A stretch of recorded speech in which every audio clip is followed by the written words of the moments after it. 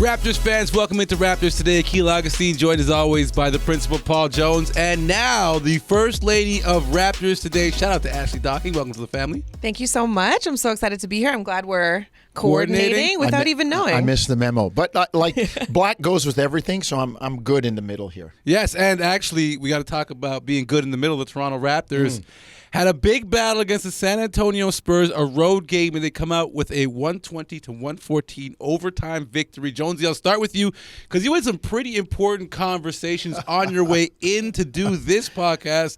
First and foremost, let's talk about the calls that led to the overtime adventure that was. You were on the phone with Monty McCutchen, the head of refereeing for the NBA. Talk to us about that. Well, first off, Monty, always graceful. He's a terrific teacher.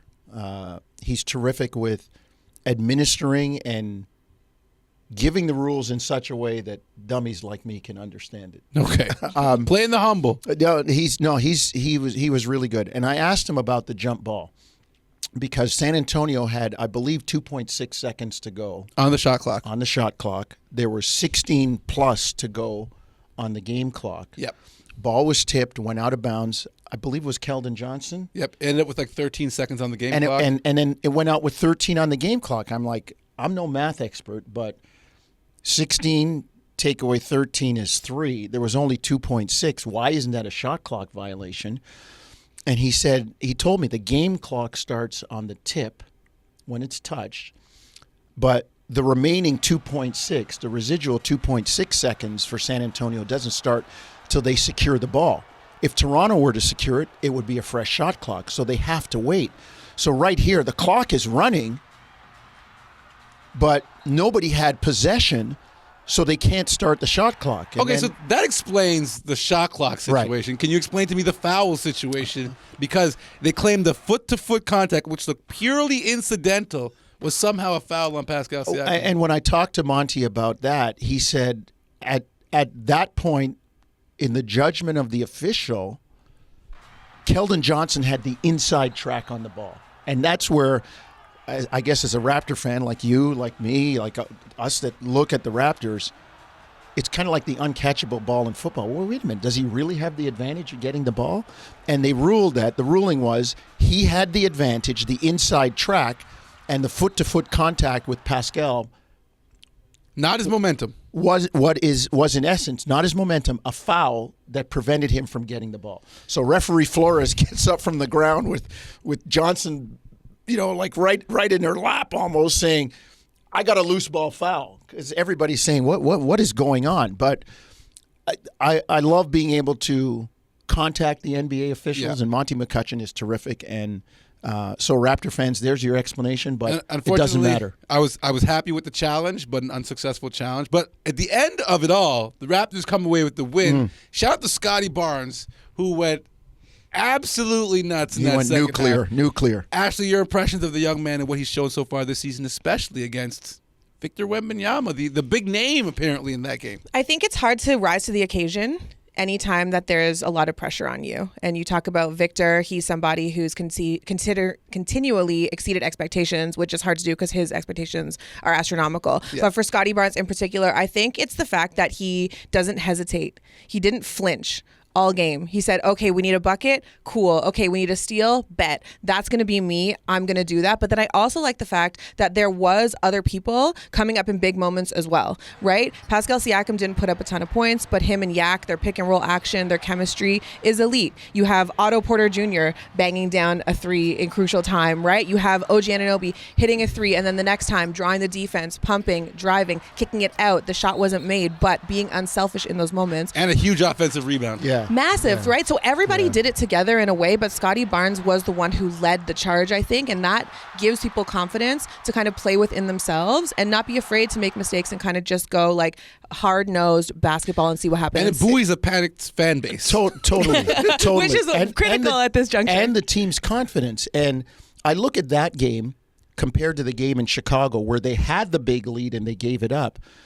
There was definite leadership from Scottie going down the stretch here, where in the Chicago game, it was like the second, third game of the year. They were still kind of looking around like, okay, who's going to take over here? And that right away showed we need somebody to do this. And you can look at Scottie and see how much work he put in the offseason. like Ashley said, like no hesitation on the catch and shoot on the jump shot.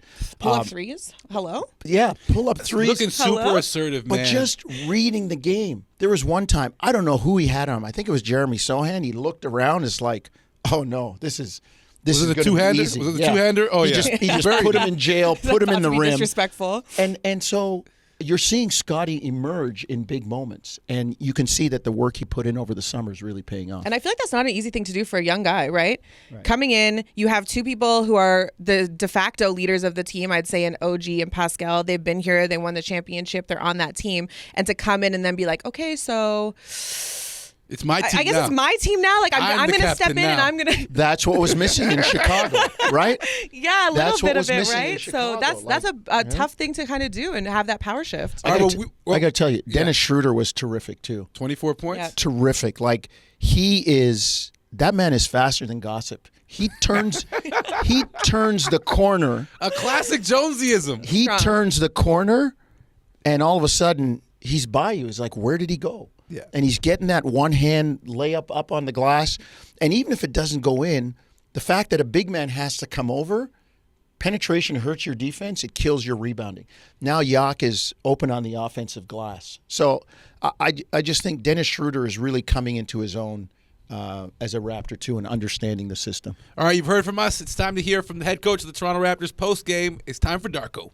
He is not shying away from those moments. He is craving those moments, and I'm blessed to have a player like Scottie to put him in those situations, And he did it all in the second half. He rebounded the ball. He was pushing the ball in transition. We had only 3 turnovers in the second half as a group, and he shot the ball really, really well. So he's a gamer, and he loves those moments. So he did an amazing job.